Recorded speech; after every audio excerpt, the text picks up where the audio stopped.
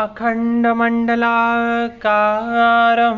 व्याप्तं येन चराचरं तत्पदं दर्शितं येन तस्मै श्रीगुरवे नमः। तस्मै श्रीगुरवे नमः।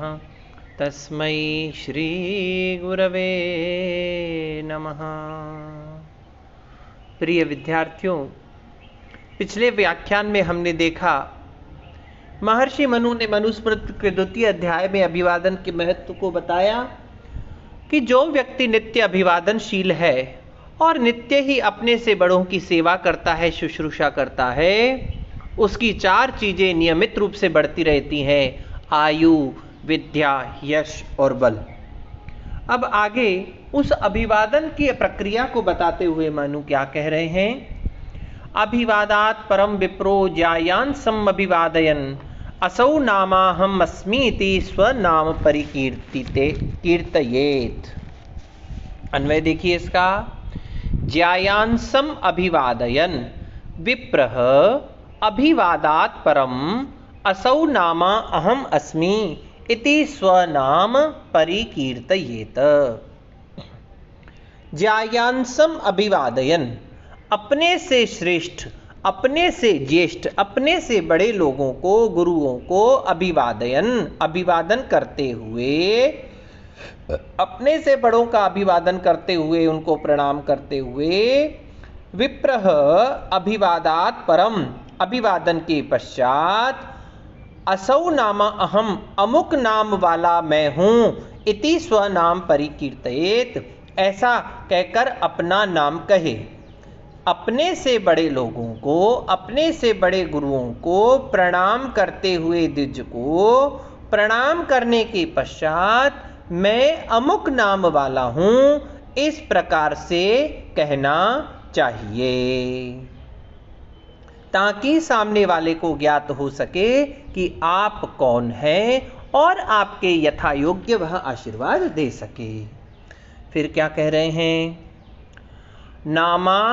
नामधेयस्य ये केचित् अभिवादं न जानते तान् प्राज्ञोऽहम् इति ब्रूयात् स्त्रियः सर्वास्तथैव च। अन्वय देखिए। ये केचित् नामधेयस्य अभिवादं न जानते तान् प्राज्ञः अहम् इति ब्रूयात् तथैव च सर्वाः स्त्रियः प्रति अपि ब्रूयात्। क्या कह रहे हैं? जो कोई भी नामधेयस्य अभिवादम न जानते, जो कोई व्यक्ति इस नामधेय के नाम पूर्वक, नाम के उच्चारण पूर्वक नमस्कार को नहीं जानते हैं, प्रणाम करने की इस प्रक्रिया को नहीं जानते हैं कि पहले नाम लेना चाहिए, पहले अभिवादन करना चाहिए, फिर नाम लेना चाहिए, इस प्रक्रिया को जो नहीं जानते हैं, वह सामने वाले को हे प्राज्ञ नमस्कारम करोमि, मैं आपको नमस्कार करता हूँ, प्राज्ञो अहम इति, हे प्राज्ञ मैं हूँ यह, ऐसा कह करके नमस्कार करे और उसी प्रकार से स्त्रियों को भी नमस्कार करे कि मैं आपको नमस्कार करता हूँ, ऐसा कह करके वह नमस्कार करते। देखिए, जिनको प्रणाम करना है, हो सकता है कि वो नहीं जानते हो, या प्रणाम करने वाला नहीं जानता हो, या जिसको प्रणाम किया जा रहा है वो नहीं जानता हो कि सत्कार, अभिवादन, नमस्कार, प्रणाम किस प्रकार करना चाहिए। तो यह न जानने वाले विद्वान को अपने सामने वाले विद्वान को, पुरुष को प्रणाम करते हुए केवल यह कहना चाहिए कि यह मैं हूँ और आपको प्रणाम करता हूँ, और ऐसा ही स्त्रियों को भी प्रणाम करते हुए कहना चाहिए। भो शब्दम कीर्तयेत् अन्ते स्वस्य नाम्नो अभिवादने नाम्ना स्वरूपो भावो ही भो भावः ऋषिभिः स्मृतः। अन्वय देखिए। अभिवादने स्वस्य नाम्नः अन्ते भोः शब्दः कीर्तयेत् ही ऋषिभिः नाम्नां स्वरूप भावः भो भावः स्मृतः। अभिवादने, अभिवादन करने के समय, अपने से बड़ों को प्रणाम करने के समय पर स्वस्य नामनः अन्ते, अपने नाम के पश्चात, अपना नाम समाप्त होने के पश्चात भोः शब्द कीर्तयेत, भो शब्द का भी उच्चारण करना चाहिए। देखिए पिछले श्लोक में हमने अभिवादन की प्रक्रिया को देखा कि अपने से बड़े व्यक्ति का अभिवादन करने के पश्चात अमुक नाम वाला मैं हूँ यह कह करके अपना परिचय देना चाहिए। किंतु अगर व्यक्ति इस अभिवादन की प्रक्रिया को नहीं जानता हो तो केवल यह कहे कि मैं आपको प्रणाम करता हूँ, और अभिवादन के पश्चात अपने नाम के अभिवादन के समय अपने नाम के पश्चात भो शब्द का भी उच्चारण करना चाहिए।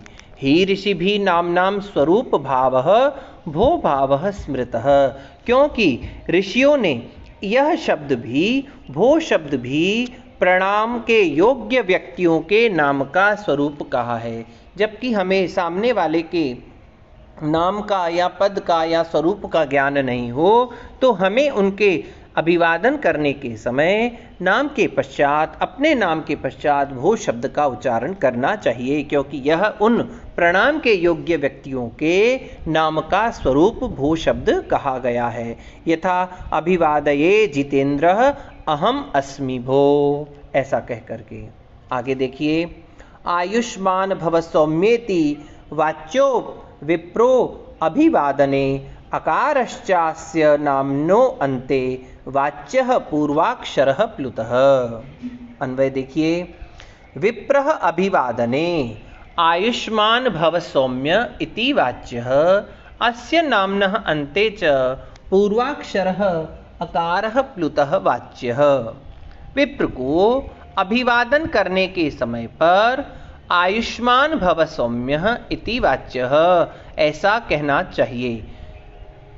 जब कोई व्यक्ति किसी का अभिवादन कर रहा है तो उस गुरु को अपने अभिवादन करने वाले के लिए आयुष्मान भव सौम्य, हे सौम्य तुम आयुष्मान बनो, या उसका जो भी नाम हो नाम का उच्चारण करते हुए हे अमुक नाम वाले आयुष्मान भव, तुम आयुष्मान बनो, दीर्घ आयु वाले बनो, ऐसा कहना चाहिए।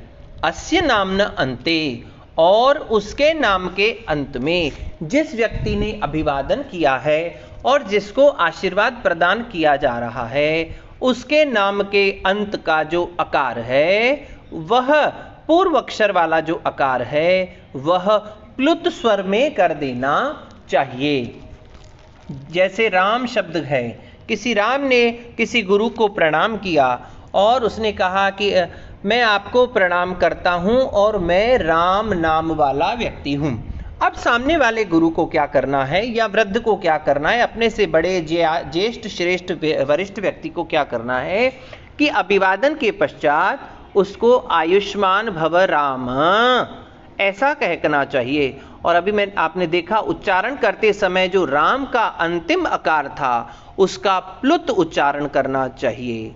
प्लुत से तात्पर्य ह्रस्व और दीर्घ की अपेक्षा वह प्लुत कहलाएगा, यानी 3 गुना जोर से उच्चारण किया जाना चाहिए। फिर क्या कह रहे हैं, यो न वेति अभिवादस्य विप्रह प्रत्यभिवादनम न अभिवाद्य स विदुषा यथा शूद्रस्तथैव सह। अन्वय देखिए, यह विप्रह अभिवादस्य प्रत्यभिवादनम न वेति स विदुषा न अभिवाद्यः सह विप्रह यथा तो शूद्रः तथैव सह। अब बता रहे हैं कि मान लीजिए कि आपने किसी व्यक्ति को प्रणाम किया, अभिवादन किया, और अभिवादन के पश्चात अगर सामने वाला आपके अभिवादन का प्रत्युत्तर नहीं देता है, प्रत्यभिवादन नहीं करता है, तो क्या करना चाहिए। यह विप्रह, जो विद्वान या जो ब्राह्मण अभिवादस्य अभिवादनम न वेत्ति, अभिवादन के पश्चात किया जाने वाला प्रत्यभिवादन नहीं जानता है, वह विदुषा न अभिवाद्यः, वह विद्वानों के द्वारा पूजनीय नहीं है, प्रणाम करने योग्य नहीं है। मान लीजिए कि एक बच्चे ने अपने किसी गुरु को प्रणाम किया और गुरु ने उसके प्रणाम का उत्तर नहीं दिया, उसको प्रत्यभिवादन नहीं किया, प्रत्युत्तर नहीं दिया, तो वह गुरु पूजनीय नहीं है। विद्वानों ने उसके लिए कहा है कि वह सम्मान के या अभिवादन के योग्य नहीं है। यथा शूद्रः तथैव सः, वह शूद्र के ही समान है, अतः उसका अभिवादन नहीं करना चाहिए। आगे क्या कह रहे हैं, ब्राह्मणम कुशलम पृच्छेत क्षत्रबंधुम अनामयम वैश्यम क्षेमम समागम्य शूद्रम आरोग्यमेव च। अन्वय देखिए, ब्राह्मणम समागम्य कुशलम पृच्छेत क्षत्रबंधुम अनामयम वैश्यम क्षेमम शूद्रम च आरोग्यम एव पृच्छेत। परस्पर मिलने पर कि किस व्यक्ति के साथ किस प्रकार का कुशल पूछना चाहिए। ब्राह्मणम समागम्य, जब आप किसी ब्राह्मण से मिलते हैं तो उसका कुशलम पृच्छेत, कुशल पूछना चाहिए। क्षत्रबंधुम अनामयम, और क्षत्रिय से उसका अनामय, उसके निरोगता के विषय में, आरोग्य के विषय में पूछना चाहिए। और वैश्यम क्षेमम, वैश्य से उसके क्षेम अर्थात कल्याण के विषय में पूछना चाहिए। और क्षुद्रम आरोग्यमेव च, और शूद्र से भी आरोग्य ही पूछना चाहिए। मान लीजिए आप कभी किसी से मिलने गए और सामने वाला व्यक्ति ब्राह्मण है, तब हमें क्या करना चाहिए? ब्राह्मण से उसका कुशल पूछना चाहिए। और भाई ब्राह्मण देव, ब्रह्मदेव, आप कुशल से तो हैं?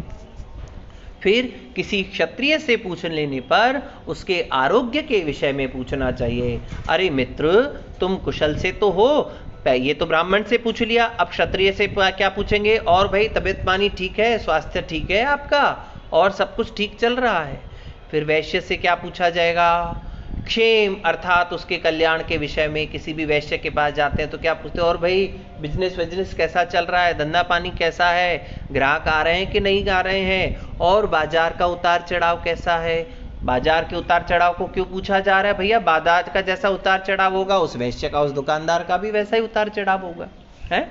और फिर उसके पश्चात शूद्रम आरोग्यमेव च, और शूद्र से उसका आरोग्य पूछना चाहिए। ब्राह्मण से उसका कुशल पूछना चाहिए, क्षत्रिय से उसका आरोग्य पूछना चाहिए, वैश्य से उसकी समृद्धि और कल्याण के विषय में जानना चाहिए, और शूद्र से उसके आरोग्य के विषय में जानना चाहिए। अब इसके पश्चात आगे और मनु महाराज क्या बता रहे हैं, इसके विषय में चर्चा करेंगे हम कल। तब तक के लिए ओम शम।